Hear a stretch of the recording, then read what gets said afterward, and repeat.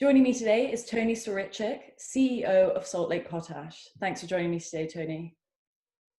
Thank you for having me, Francesca. Could you tell me a little bit about Lake Potash and its key objectives, just to familiarise our listeners?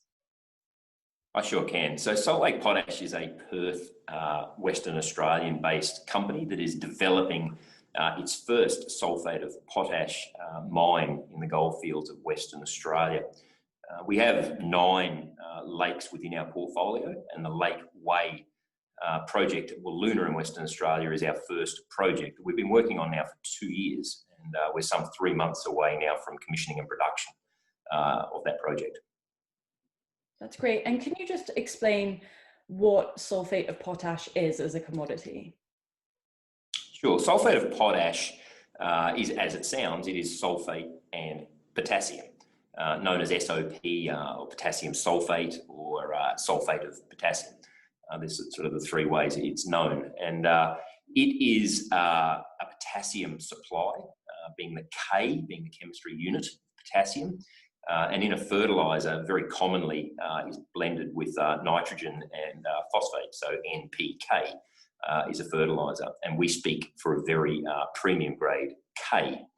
There are other ways to which you can get potassium, and a very major one is MOP, or muriate of potash, or KCl, and that is potassium chloride. So when you hear potash mentioned in the news or the media, or large projects such as BHP's Jansen referred to, that is MOP KCl, not SOP, sulphate of potassium or sulphate of potash, that we are. Very different markets, and they often get confused. The MOP market is that much larger 70 million tonne per annum market, and the SOP market is a smaller boutique specialty 7 million tonne market. Premium sought after product, SOP, because we have no chloride within our fertiliser product. And obviously chloride is very adverse to crop qualities and crop yields and soil conditions. That's great. And you say that you plan to build the most sustainable fertiliser projects in the world. This obviously includes not just Lake Way, but a series of SOP operations. And you've described this as a multi-lake expansion opportunity. Could you tell us a little bit more about this before we break it down? Yeah, look, sustainability is quite simple. It's a very green operation. The largest energy source that we're using is the sun. It speaks for more than 90% of the energy input that we use within our process. It's solar evaporation ponds under the sun. I jokingly call it, sort of salt water and sunshine to make fertiliser to feed people. So it's got a fantastic thematic tailwind, which was a huge attraction to me and my initial team that came in here. So sustainability is a big play in this. A lot of the SOP that's made, some 60% of the global sulphate of potassium that's made, is made by a process called the Mannheim process. It's very energy intensive, where they heat up high energy costs, high carbon emissions. They heat up MOP, KCl, and they add in sulfuric acid, and the output of that reaction then is a unit of SOP and hydrochloric waste. So it's quite expensive and a very dirty process.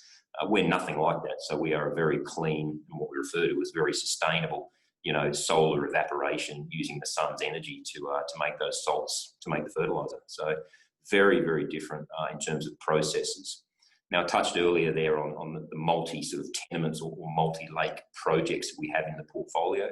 The CEO, managing director before myself, he amassed that portfolio of tenements and built this up into a scale that can be developed over time to really step forward into that multi-project portfolio. And that's what we came to do. We will have this lake up and producing and cash flow positive this year. And then as, I suppose demand presents, and we know that demand's there now, we'll be monitoring that closely, as we will do our financial position as well as we walk into cash flow. And when the time's right, we will embark on that second project development. Great. And before we get to this multi-lake expansion, can you tell us what is significant about the Lake Way project in particular? Look, it's got some very favourable, almost joke, we cheat a little bit in this project, and that's why we liked it so much, because it's smothered in infrastructure, supporting existing infrastructure. The lake itself it depends on the language used. It's just under 30,000 hectares or 300 square kilometres, and it sits beside the Goldfields Highway that runs north-south in Western Australia.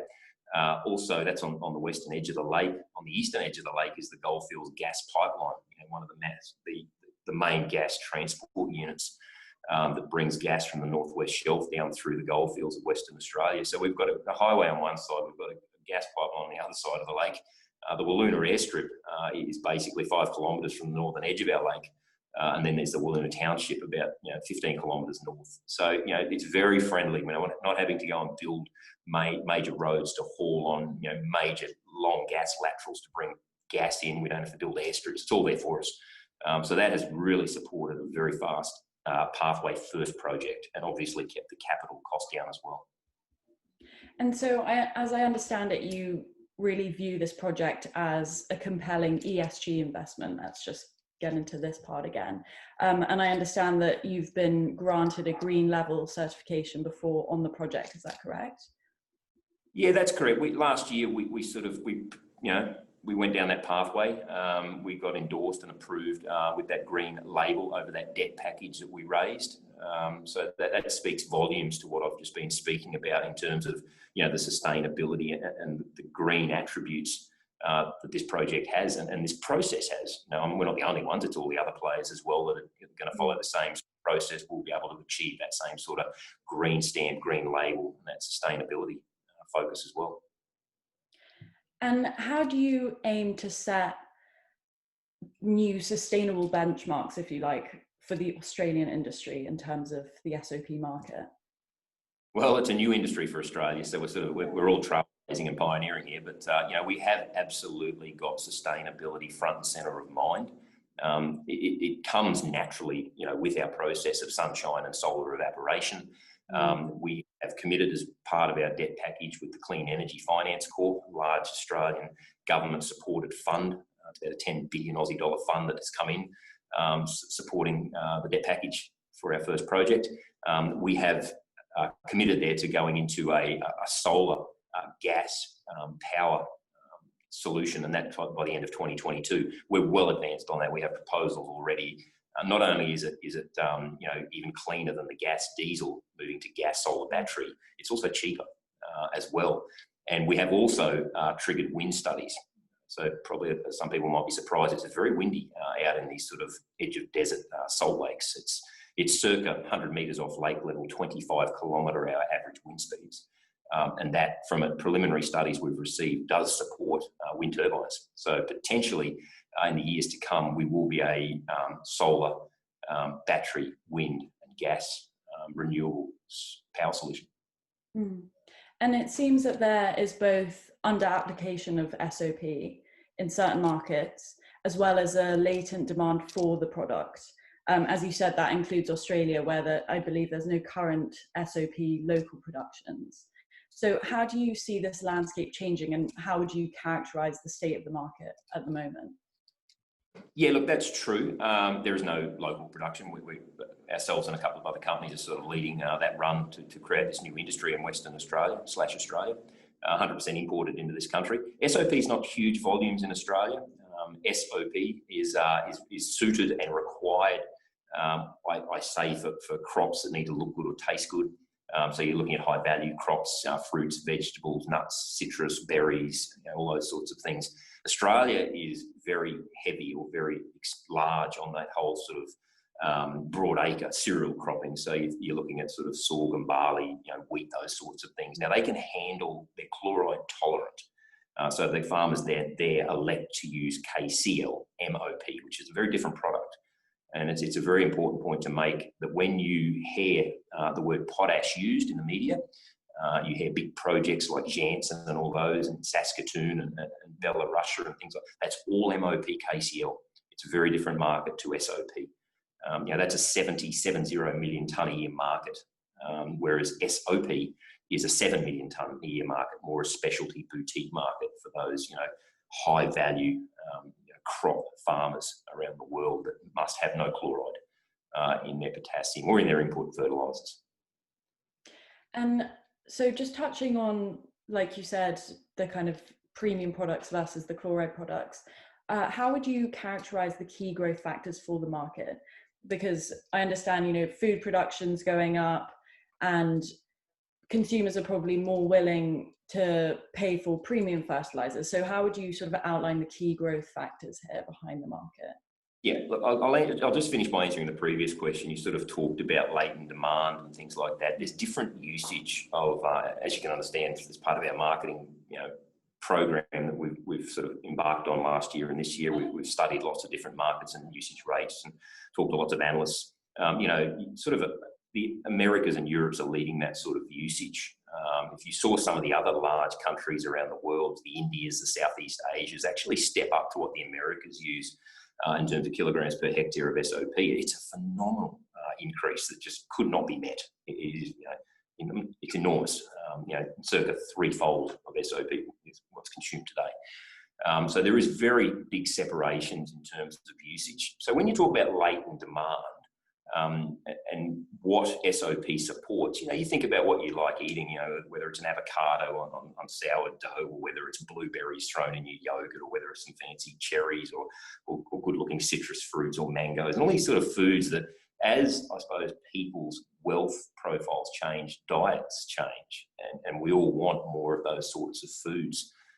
So that's where a lot of the demand will come, not just the 2 to 3%, you know, United Nations predicted population growth. You know, we're going to hit, you know, X 9 billion people by 2050. There's also a, you know, wealth shift, diet shift prediction as well. Very hard to quantify, but there's certainly some tailwind there. And that's another form of demand. And everything in that, you know, sort of statement or vision requires SOP and no chloride potassium fertilizer. So would you say then, as this consciousness kind of grows, that consumers would be willing to pay more for something that's more high quality? Well, the farmers are paying, well, maybe you're talking if the food, the end user is paying more. I mean, even if they pay the same and there is more volume, the farmers are having to farm more intensely. And to do, they need more fertilizer. You know, and you start to, what we're seeing in the Middle East, Mediterraneans, you know, the Southern Europes, is all of this heavy, you know, micro fertigation, you know, glasshouse style farming, you know, which has got that drip irrigation, and that's where they have the soluble fertilizers that get added through those systems. And that's what our product is. It's a, you know, very high grade potassium, negligible chloride, highly water soluble SOP. You know, it's just it's what it is from a chemistry composition, which is very attractive out in the market. That's great, Tony. Now, just touching on Lakeway, I know last month you achieved financial close on the debt facility, something you described as a substantial milestone in the development of the project. Can you highlight the significance of this and just touch in on where Lakeway is in its development at the moment? I sure can. Look, you know, reaching financial close is always a good thing. It means you have money. We can pay bills and move on and complete the project. It's quite an unusual project. You might have heard me say earlier on that we're going to be commissioning in 3 months. So come next week, we're going to be releasing you know, a project update. And basically that's going to show the end of December progress. So the end of December 2020. And total project will be 81% complete, with the process plant at 88% complete. Procurement 99% complete. So we're very, very much, you know, advanced. It's finish line is just in front of us at the moment, and we're into those last few months. February we'll start to see the commencement of commissioning, lion's share, and the introduction of feed salts into the front end will happen in March, and then, you know, first SOP production and first sales are predicted for April. Now, to go and announce financial close, you know, in December, 4 months prior to that's quite unusual. And that's been the nature of how we've staged this and the speed with which we've moved. You know, we've staged it into, for those who have followed, would know the 3 stages of on-lake construction, and then obviously the gas pipeline and the process plant power station construction as well. So we've staged the construction development that has lined up with the stage permitting strategy that we've applied, and also then obviously the staged funding as well. So it's all brought it forward, you know, at a rapid rate, and I'd like to believe it's sort of, you know, first of its kind in terms of, you know, development and creating a new industry in just over 2 years from a standing start. Great, and you've had some news out this morning, a project update. Can you touch on what the announcement is? Yeah, so that covers basically, that 88%. It throws a few percentages around, they're very high numbers. It's very complete is the message. That light at the end of the tunnel is just in front of us on the ground. Now comes the real pointy end of the game where the commissioning plans are all done. The commissioning team is mobilising to site now. Operations and recruitment is well underway. As I sit here and speak, power stations will be finished in early March. The gas pipeline is going to be finished sort of beginning of February. It's fantastic. Also in the announcement as well, we mentioned that we've also received our first sort of, I suppose, organic certification over in Europe as well. So that's a process we started all around the world, is getting different registrations happening in different countries and get that organic certification process rolled out as well. That's great. Now, just before we talk about outlook, I have to mention COVID, unfortunately. Can you say anything about the effect that the COVID pandemic has, to what extent has it had an effect on the operations or the market in general? How's it affecting pricing? How's that looking? Look, COVID I'll break it up. COVID for Western Australia is almost non-existent. We're known as the bubble within the bubble here.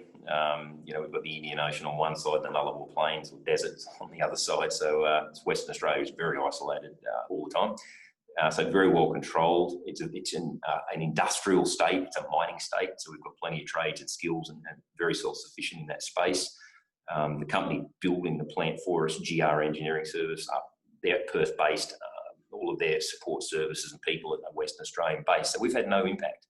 And that's evident in where we are in the project development delivery at the moment. What has impacted us, and not greatly, is global logistics, supply logistics. So deliveries, things coming out of China. We had a crystallizer, that was okay.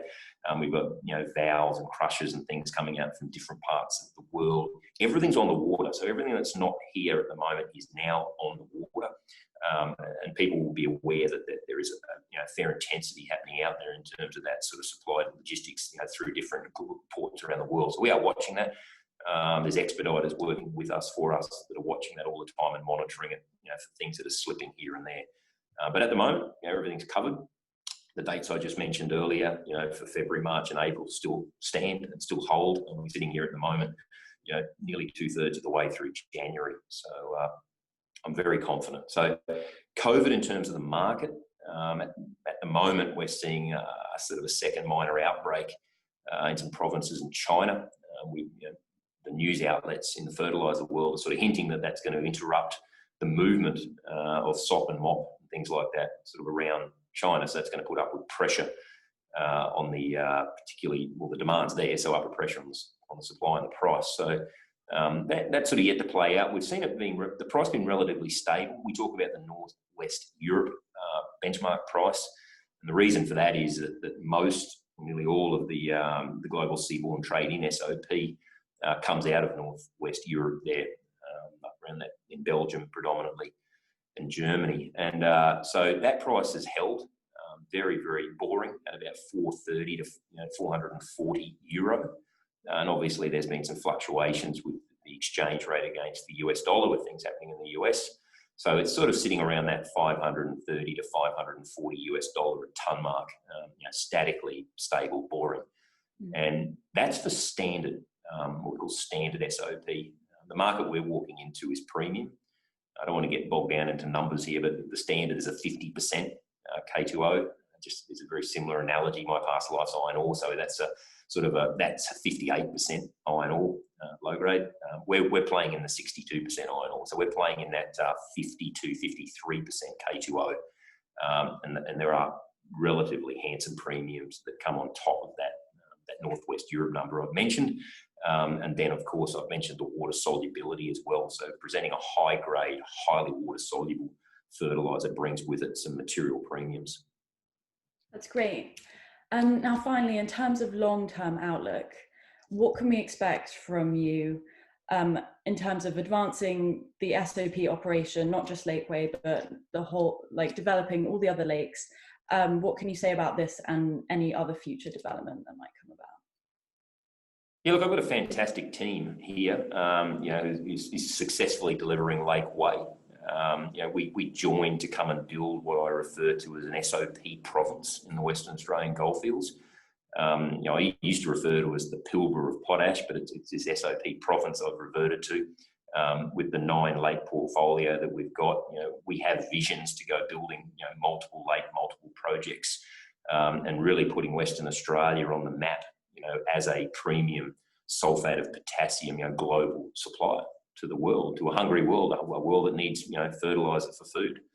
And we know we can do that. We will monitor the market carefully. We don't want to go putting too many tons or too much out into that market and affecting the pricing out there. But as that market demand walks forward and steps up, we will be front and centre to feed that.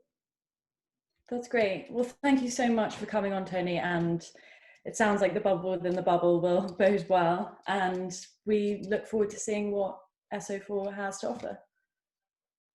Thank you very much, Francesca, for having me. Thank you.